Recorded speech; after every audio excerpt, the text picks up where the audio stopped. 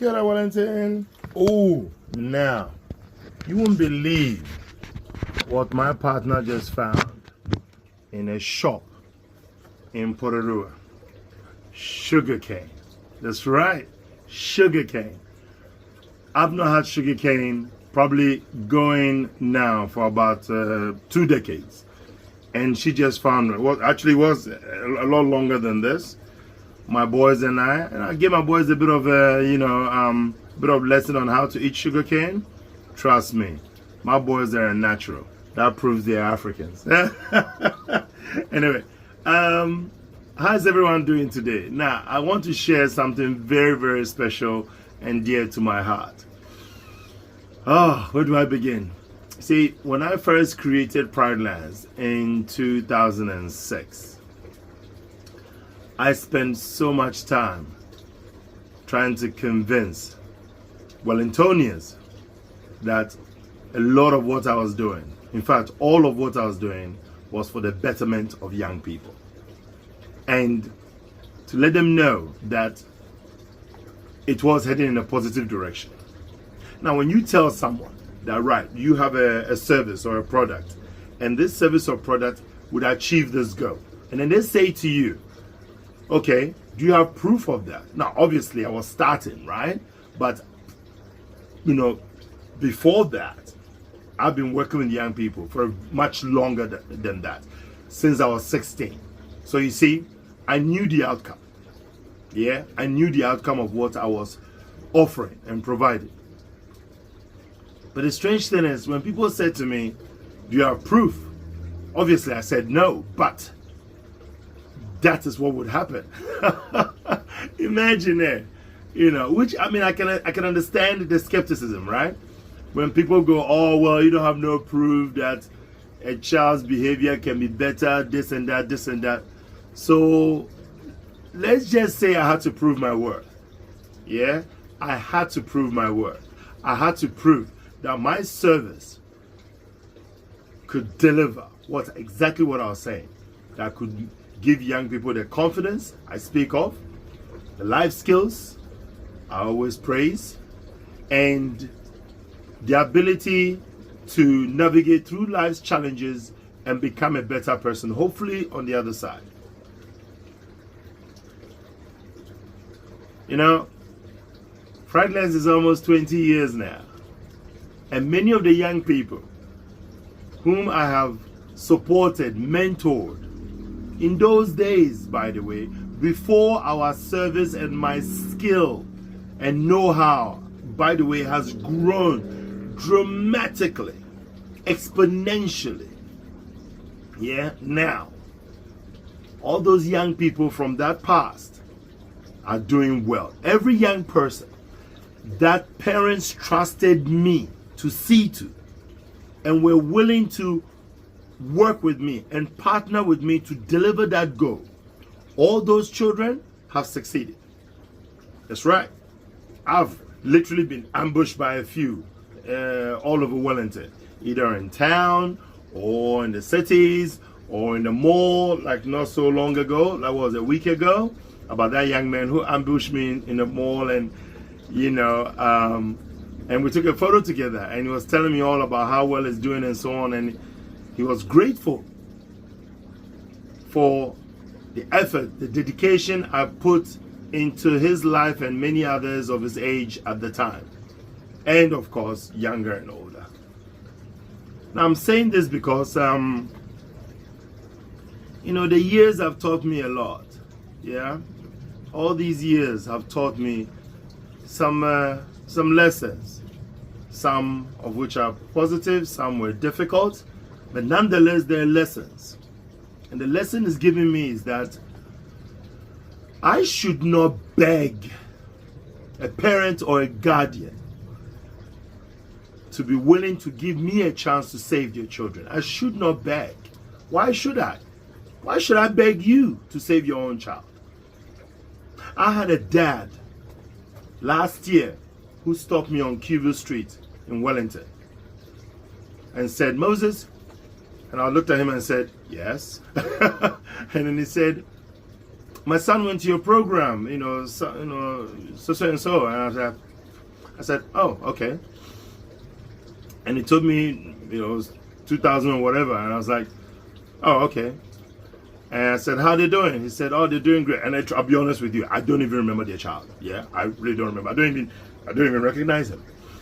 And he said, oh, I've noticed your services have grown. You're doing amazing things in the communities. And, you know, yeah, and I love your internship programs. I love watching your videos, da-da-da. And I was like, oh, great. Well, you know, I'm glad, you know. I thought he was probably going to talk to me about, I don't know, his son wanting a job or something. You know what I'm saying? Because I had a feeling it was getting somewhere. And then I said, look, I have to go because, you know, I've got to go to one of the schools to see to a couple of young people and so on. So yeah, he said, but before you go, can I share something with you? I said, yes, of course. And he shared a very interesting information with me. You see, he was a board of trustee of one of those schools at the time. And he voted to have my service removed from his school. Because obviously, you know, for whatever reason, he was not appreciative of my service at the time. Obviously, you know, that's okay. But the reason why he stopped to talk to me about it was because he regretted that decision. In his own words, he said, look, I did not make an honest decision. I made it because there were one or two people on the board who had it for me. Yeah, whatever that means. Like, you know, they don't like me and so on, and just wanted us to be removed. He said it was the worst decision he's ever made. And he's sorry. And I said, okay. I said, it doesn't matter now. You know, it's okay. I said, I forgive you. It doesn't matter now. I mean, now, you know, we're doing better than ever, and I'm good. But then he went on and said, look, my son has been trapped at home in his room, yeah, small box, for years. And I said, how many years to be specific? He said 3. I'm like, whoa. I said, what's going on? He has anxiety, depression, he's stuck on technology, he just can't stop, he's addicted and so on. And he was wondering if, you know, he can acquire my services so that I can help him with the mentoring. I said, yeah, sure. And I said, how old is your son? He said, 21. I'm like, oh. And I said, I'm sorry, but we only go up to, well, 18, 17, 18. And when they turn 18, they're legally adults.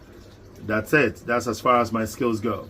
He said, but, you know, but I've seen the amazing things you do, and you're very good with the big ones, and you've transformed a lot of lives, and I've heard so much about what you guys are doing and the positive transformations you're creating, and I believe my son will benefit from it. And I said, yes, I'm sure he will, but he's too old. You know, my skills only extends to 18. And I said, I'm really sorry. I said, I would love to, and I feel for him, but I'm really sorry. So I made a couple of referrals. I gave him contacts of places he can go and hopefully seek that help for his son. And I hope he does find something. Or shall I say, I hope he did or has found something. You know, this is a problem with society. When people burn their own bridges, then they go around convincing others not to cross the bridge they already have with people who can help them or help their children. Why would anyone listen to people like that? And let's be honest, people like that are very convincing, yeah? Very convincing, often very toxic. So my encouragement today is that please be mindful. Be mindful about people like that who go around and spread all kinds of, you know, say all kinds of things and weird things and so on, just to break your confidence and stop you from seeking the help you need, and especially that you need for your children. If this man had listened to his instincts and actually used his eyes to see what we do and how it helps young people, maybe, just maybe, we could have saved his son. It is sad, isn't it? Anyway,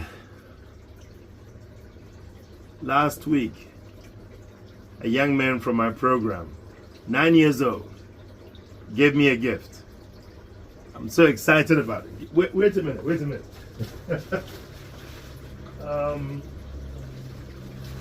He gave me a gift. Check it out. Look at what he gave me. You know what?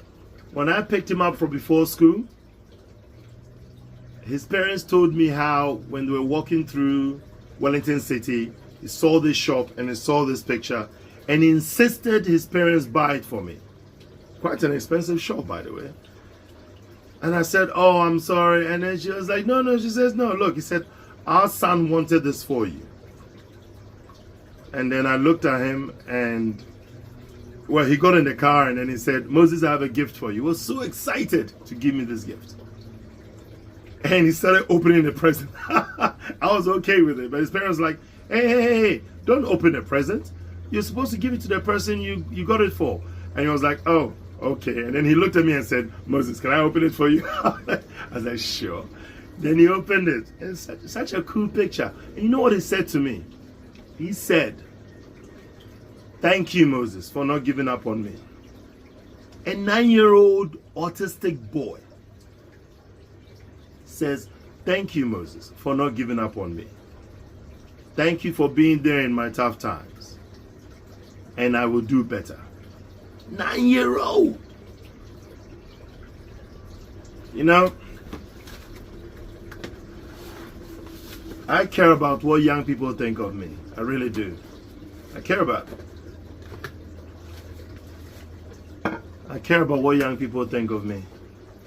I care about the fact that I'm there for them. I care about the fact that I fight for them. Because that's my role, that's my job. And because I also care. So you see, I have come to the conclusion that I don't need to beg parents and guardians to give me a chance to save their children. I don't have to beg. I've proven my worth. I've proven what I can do.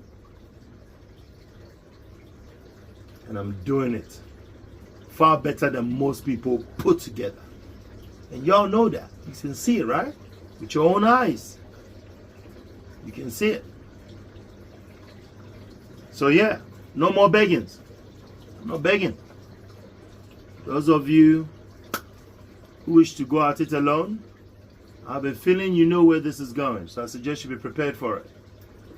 If you're young people, you notice are struggling, and you refuse to get help from people you know could save them, or you listen to those ridiculous whispers of people saying, hey, don't work with this guy, These are people who have burned their bridges, and they want you to burn yours too.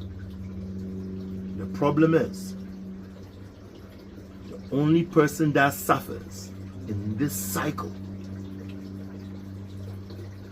are your children. And you will have to watch. And that's the worst part.